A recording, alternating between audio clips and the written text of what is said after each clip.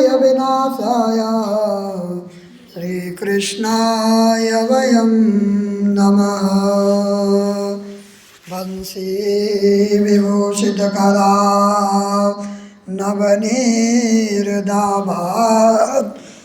पीताम्बरादरुणबिम्बफलादरुष्टात् पूर्णैन्दसुन्दरमुखां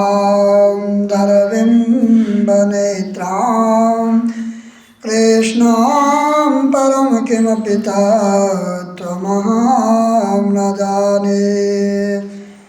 गुरुर्ब्रह्मा गुरुर्विष्णु गुरुर्देवो महेश्वरा गुरुर्साक्षात् परब्रह्मा तस्मै श्री गुरुवे नमः। बोलिए सद्गुरुदेव भगवान की, वृंदावन बिहारी लाल की, राधा रानी सरकार की, तुलसी महारानी की। राजा पृथु ने कहा, नारद जी, यहाँ तो आपने महाप्रभु शंकर की बड़ी अद्भुत कथा सुनाई है, कृपा कर आप अब यह बतलाएं कि उस राव पुरुष से छूटकर कहाँ गया। जब राजा पृथु ने देवर्षि नारद जी से ऐसा प्रश्न पूछा तो देवर्षि ने कहा, उससे छूटने पर वह बाबर नाम से विख्यात हो गया और मानो नया जन्म पाकर उसने अपने आप को धन्य माना तथा वह धीरे धीरे जलंधर के पास गया। वहाँ जाकर उसने शंकर जी की चेष्टा की। उसे सुनकर दैत्यराज को बड़ा क्रोध आया और उसने शैव दैत्यों को सेना सजाने की आज्ञा दी। कालनेमी और शुंभ निशुंभ आदि सभी महाबली दैत्य तैयार होने लगे। एक दिन एक से एक महाबली दैत्य करोड़ों की संख्या में निकलकर युद्ध के लिए संबद्ध हो गए। महाप्रतापी सिंधु पुत्र शिवजी से युद्ध के लिए निकला। उसके आगे महर्षि शुक्र और छिन्न सिर राव हुआ। फिर तो उसे उसी समय जलंधर का मुकुट खिसक कर पृथ्वी पर गिर पड़ा। आकाश में मेघ छा गए और बड़े बड़े अपशगुन होने लगे। उधर इंद्र आदि सब देवताओं ने एकत्र होकर कैलाश पर जाकर शिव जी के पास पहुंचकर सारा वृतांत कहा और यहाँ भी कहा कि जलंधर से युद्ध करने के लिए जो भगवान विष्णु को भेजा था वह उसके वंशवृत्ति हो गए हैं तथा लक्ष्मी सहित जलंधर के अधीन होकर उसके घर में निवास करते हैं। अब देवताओं को भी उसके यहाँ निवास करना पड़ रहा है। अब वहाँ बड़ा सागर पुत्र आपसे युद्ध करने के लिए आ रहा है, अतएव आप उसे मारकर हमारी रक्षा कीजिए। देवताओं से यह सब कुछ जानकर शंकर जी ने भगवान विष्णु से पूछा, हे ऋषिकेश, युद्ध में आपने जलंधर का संहार क्यों नहीं किया और वैकुंठ को छोड़कर आप उसके घर कैसे चले गए। यह सुनकर विष्णु भगवान ने हाथ जोड़कर नम्रता पूर्वक शंकर से कहा,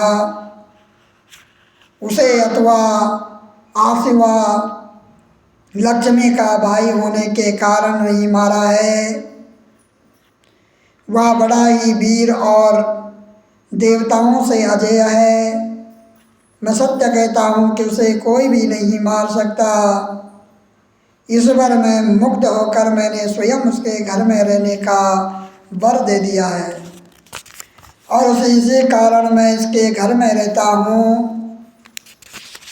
हे सूर्य वर्ण विष्णु, आप यह क्या कहते हैं? उस दैत्य जलंधर को मैं अवश्य मारूंगा, इसमें तनिक भी संदेह नहीं है। अब आप देवता जलंधर को मेरे द्वारा मरा हुआ ही जानकर अपने अपने स्थान को लौट जाए। जब शंकर जी ने ऐसा कहा तो सब देवता संदेह रहित होकर अपने स्थान को चले गए। ठीक उसी समय पराक्रमी जलंधर अपनी विशाल सेना के साथ कैलाश पर्वत को घेर कर सिंहनाद करने लगा। दैत्य के नाद और कोलाहल से शिवजी क्रुद्ध हो गए। उन्होंने अपनी नंदी आदि गणों को उसके साथ युद्ध करने की आज्ञा दे दी। कैलाश पर्वत के समीप भीषण युद्ध होने लगा। दैत्य अनेकों प्रकार के अस्त्र शस्त्र बरसाने लगे। मेरी मृदुंग शंख और तीरों तक हाथी घोड़ों और रथों के शब्द से पृथ्वी कांपने लगी।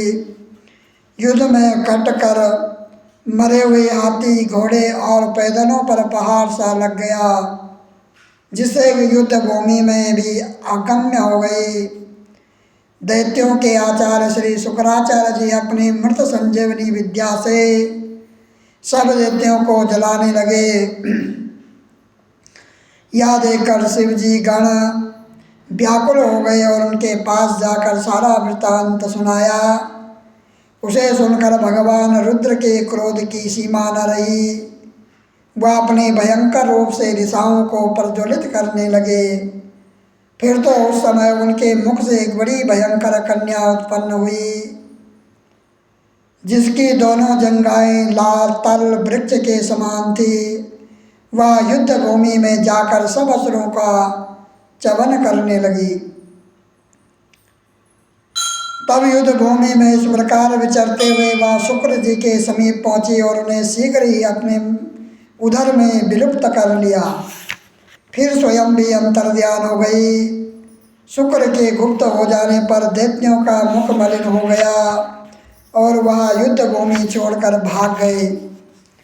इस बार अनेक उनके शुंभ और निशुंभ और काल नेमी आदि सेनापतियों ने अपने भागते हुए वीरों को रोककर शिवगणों पर बड़ा कठिन प्रहार करना आरंभ किया।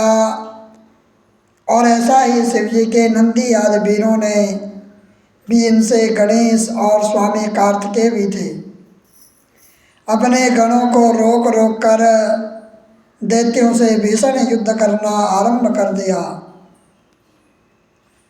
बोलो कृष्ण कन्हैया लाल की, बोलो राधा रानी सरकार की। श्रीमन्नारायण नारायण